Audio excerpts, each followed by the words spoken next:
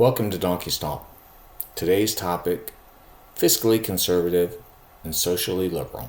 And what does that mean? Well, for me, I've really felt that I fit within this category pretty much my entire adult life. So here in the U.S., we have the political spectrum. On the far left, we have socialism. That group feels that the government should play a strong role regulating industry in areas such as environmental law, labor law, and whatnot, and in addition, providing its citizens access to clean water and access to national health care. Far right, we have libertarianism. That group is kind of the opposite. They feel the government should play little to no role in regulating the economy or being involved in our personal lives. They also feel that maybe the government should not be involved in foreign wars and potentially reducing the military numbers down to very small figures, maybe not too far off from what the U.S. military was pre and post World War I. You move toward the middle, you have liberalism, conservatism, then you come to the center. Kind of overlapping the center on the left and the right, you have a rectangular box called the Overton window. Fiscally conservatives and socially liberals kind of fit within that box. Of course, their ideas within that group is not kind of uniform. It could be all over within that box. So for me, for example, on the fiscally conservative side, I feel there should be zero corporate taxes. I did a video on that. I recommend, if you'd like to understand why I feel that way, please watch that video. I also feel that we should have a balanced budget. I don't feel that the government should be spending more money than what it's taking in.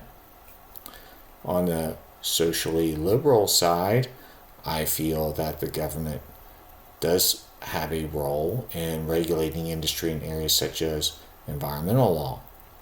We should all want to have clean water and clean air, and we should all sort of recognize that not all businesses have good intentions in making sure that they are not polluting our water and our air. And once it gets kind of polluted, and it's hard to kind of pull back from that. What's done is done, sort of thing. Other side from socially liberalism is I feel that there should be very high punitive tax rates for the mega wealthy. I feel that there should be very high estate taxes. Why do I feel that way? Well, we have a mantra here in the U.S., lift yourself up by your bootstraps. That should apply to everybody, and it should not exclude those who are born into families of mega wealth. So having very high estate taxes kind of applies that mantra to everybody. Even though if you're a child who grows up in a mega wealthy family, you may not receive the estate, but you are still afforded a lot of benefits from growing up in that family. Let's also recognize that. So fiscally conservative and socially liberal definitely has a variety of views and can move a little within that window. And unfortunately, I think we are in a political environment right now where it sort of makes it difficult for people to, be true independents anymore. We are very divided politically now. We have very high percentage of our voters are straight ticket voters, and I think that is truly unfortunate. Our politicians have even fallen that way. That very few politicians will go to D.C. and kind of snub their own party. Right? There's how many votes that are just strictly along party lines. You really don't have any outliers anymore that kind of cross party lines, and that's really unfortunate. I say your politician is doing a good job if he upsets his side of the party at least 20% of the time.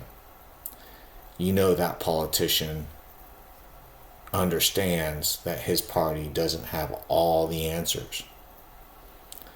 And in my opinion, a fiscally conservative, socially liberal person understands that approach, that both sides have very good things, bring good things to the table, but both sides do have some things that we could learn from each other.